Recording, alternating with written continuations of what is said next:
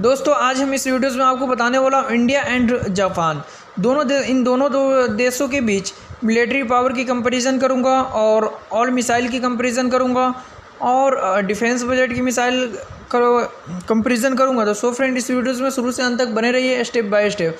सबसे पहले बात करते हैं, इंडिया क्षेत्रफल के आधार पे काफ़ी आगे है, लेकिन जापान एक छोटा सा देश है, लेकिन टेक्नोलॉजी मामले में जापान काफ़ी आगे है। अब हम बात करते हैं सबसे पहले पॉपुलेशन की, आबादी की। जो इंडिया 133 करोड़ है और जापान के पास सिर्फ 12.6 करोड़ है, मतलब साढ़े 12 करोड़ है। तो इंडिया पॉपुलेशन आगे में काफ़ी आगे है। अब पॉपुलेशन रैंक, इंडिया पूरे वर्ल्ड में 2 नंबर पे आते हैं और जापान पूरे वर्ल्ड में 11 नंबर पे पॉपुलेशन मामले में आते हैं। अब बात करते हैं क्षेत्रफल के आधार पे, इंडिया पूरे वर्ल्ड में क्षेत्रफल के आधार पे 7 नंबर पे आते हैं और जापान पूरे वर्ल्ड में क्षेत्रफल के आधार पे 61 नंबर पे आते हैं। अब बात करते हैं डिफेंस बजट, तो इंडिया 61 बिलियन अपने डिफेंस बजट पे खर्च करती है और जापान 50 बिलियन अपने डिफेंस बजट पे खर्च करते हैं। तो इंडिया ज़्यादा खर्च करती है अपने डिफेंस बजट पे। अब बात करते हैं ग्लोबल रैंकिंग, 138 देशों में 4 नंबर पे इंडिया है और जापान 138 देशों में 5 नंबर पे जापान है। अब बात करते हैं कुछ हथियारों की, न्यूक्लियर बम इंडिया के पास 150 से भी अधिक है, लेकिन जापान के पास एक भी न्यूक्लियर बम नहीं है, लेकिन इंडिया न्यूक्लियर बम में काफ़ी आगे है। अब हम बात करते हैं मिलिट्री पर्सनल की, इंडिया के पास एक्टिव एंड रिजर्व कुल मिलाकर 35 लाख है और जापान के पास सिर्फ एक्टिव एंड रिजर्व कुल मिलाकर 3 लाख है। तो इंडिया मिलिट्री पावर में काफ़ी आगे है जापान से। अब बात करते हैं आसमानी ताकत, फाइटर एयरक्राफ्ट इंडिया के पास 600 से भी अधिक है और जापान के पास सिर्फ 250 से अधिक है। तो इंडिया फाइटर एयरक्राफ्ट के मामले में भी काफ़ी आगे है। अब बात करते हैं अटैकर एयरक्राफ्ट, इंडिया के पास 200 से भी अधिक है और जापान के पास सिर्फ 12 अटैकर एयरक्राफ्ट है। तो इंडिया अटैकर एयरक्राफ्ट मामले में भी आगे है।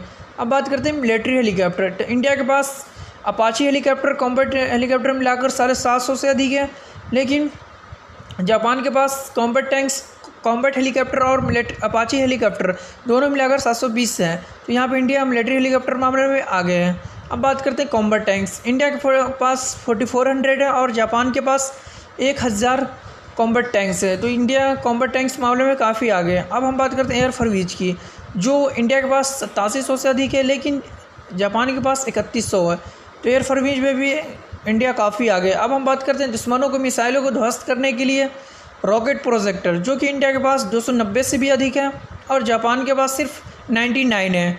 तो रॉकेट प्रोजेक्टर मामले में इंडिया काफ़ी आगे है। अब हम बात करते हैं समुद्री ताकत की, जो एयरक्राफ्ट कैरियर्स इंडिया के पास 2 है, जापान के पास 4 है। तो यहाँ पे जापान एयरक्राफ्ट कैरियर्स के मामले में आगे हैं।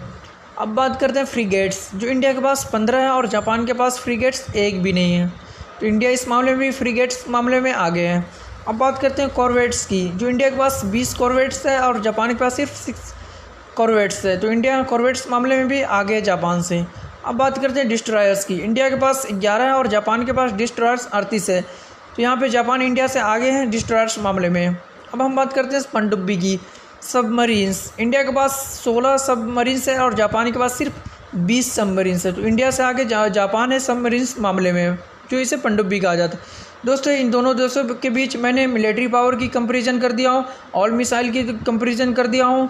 दोस्तों वीडियो अच्छी लगी तो लाइक कीजिए और ज़्यादा से ज़्यादा फ्रेंड में शेयर कीजिए और आप हमारे चैनल को सब्सक्राइब कीजिए। मिलते हैं नेक्स्ट वीडियोज़ में, जब तक के लिए जय हिंद।